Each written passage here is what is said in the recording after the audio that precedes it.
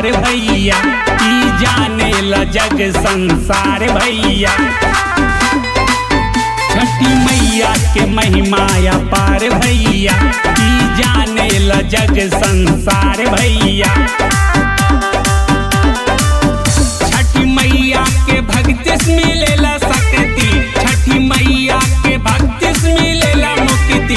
छठी मैया के पूजे बिहार भैया, छठी मैया के पूजे बिहार भैया।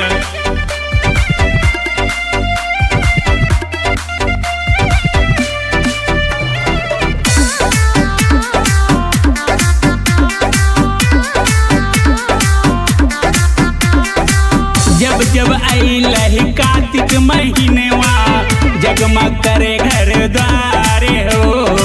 देश परदेश से चल के आवे अपना जिला जवार हो। जब जब अइलहि कार्तिक महीनेवा, जगमग करे घर द्वार हो। देश परदेश से चल के आवे अपना जिला जवार हो। साफ सफाई पे रखा ध्यान भैया, ई जाने ला झारखंड बिहार भैया। माथे डलिया ले जाइब छठी रे घाटे, माथे डलिया सजाइब अपन माथे। आयर गा परेला छठी रे घाटे, आयर गा परेला नहर घाटे।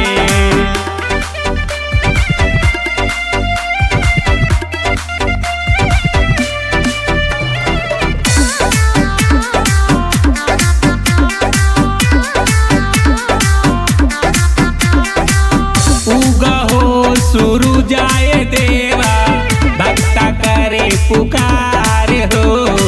नारियल पान फूल अक्षत लेके अर्जी करे तोहार हो।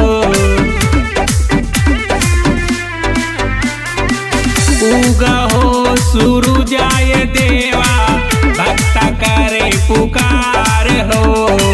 नारियल पान फूल अक्षत लेके अर्जी करे तोहार हो। छठी मैया के करला ध्यान भैया, ई जाने ला यूपी बिहार भैया। राम परवेश से बिहारी गावेले गीतिया, राम परवेश से बिहारी गावेले गीतिया। सब दुखिया के दुख हरेला